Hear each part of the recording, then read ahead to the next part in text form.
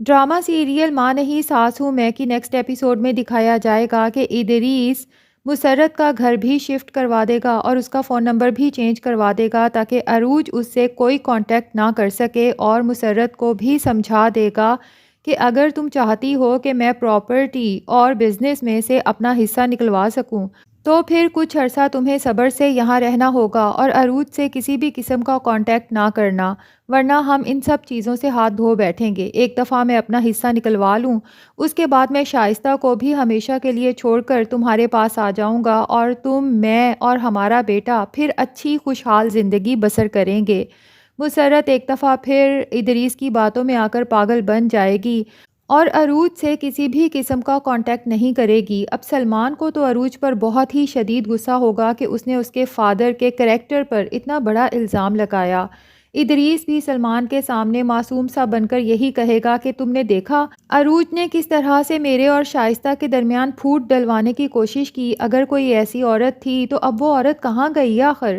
عروج سلمان کو کنونس کرنے کی کوشش کرے گی کہ میں سچ کہہ رہی ہوں، لیکن سلمان کہے گا کہ ٹھیک ہے، اگر تم سچی ہو تو اس عورت کو میرے سامنے لے کر آؤ، تمہارے پاس شام تک کا وقت ہے۔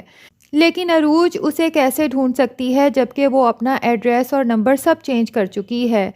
عروج تو خود کو بہت ہی بے بس محسوس کرے گی اور سلمان اس سے بالکل ہی قطع تعلق ہو جائے گا کہ اس نے میرے فادر اور مدر کے درمیان میں پھوٹ ڈلوانے کی کوشش کی۔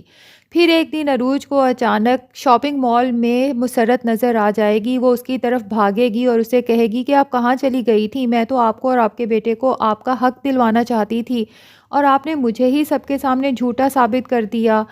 لیکن مسرت تو عروج کو دیکھ کر گھبرا جائے گی کہ یہ کہاں سے آ ٹپکی، جبکہ اسے ادریس نے خاص طور پہ منع کیا ہے کہ عروج سے اب بالکل بھی نہیں ملنا۔ اسی دوران میں عروج کا فون آئے گا، وہ ابھی دوسری طرف چہرہ کرے گی ہی کہ مسرت وہاں سے بھی غائب ہو جائے گی۔ عروج تو اب بہت ہی زیادہ پریشان ہوگی کہ یہ اس کے ساتھ ہو کیا رہا ہے۔ بہرحال شائستہ کو اب ادریس پر شک ہو چکا ہے، کیونکہ شائستہ بار بار اس دن کی باتیں اپنے مائنڈ میں دہراتی ہے، تو اس کے دماغ میں ایک بات اٹک کر رہ گئی ہے کہ مسرت نے کہا تھا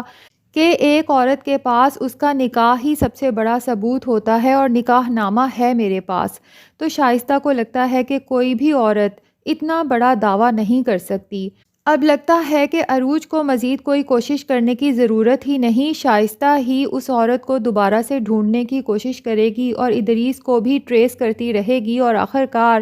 مسرت کے نئے گھر تک پہنچ ہی جائے گی۔ ناظرین، اگر آپ اس ڈرامہ سے اپڈیٹڈ رہنا چاہتے ہیں تو جلدی سے اس channel Urdu TV dramas کو سبسکرائب کر لیں۔